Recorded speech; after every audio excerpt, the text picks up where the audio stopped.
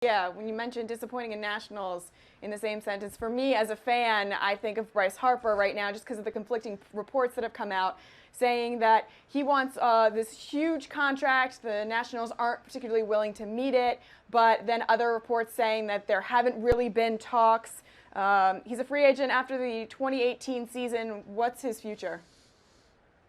Yeah, it's really hard to say. Right. For what, 2 years now we've been talking about how it's just a matter of time before Bryce Harper becomes a Yankee. I think everyone's kind of bracing themselves for it. Of course, you have to create a market. You have to have more than one team that can afford that kind of contract in order for him to get that kind of contract. If your general managers are being smart and not outbidding themselves, which has happened in the past, where a general manager will actually pay like $100 million more than he actually really needed to. But that's because agents are very good at what they do. So as far as where Bryce Harper, it's really hard to say. I think the Nationals are just kind of saying, look, if it's 10 years and 400 million, that's not going to be anything that we're going to be capable of doing and that we're going to do. And if it comes down to it, that could be one really fun trade deadline that year if they feel really that they're not going to be able to retain him. So Yeah. I think that we're probably a little bit too. This is what happens. You have an article like that.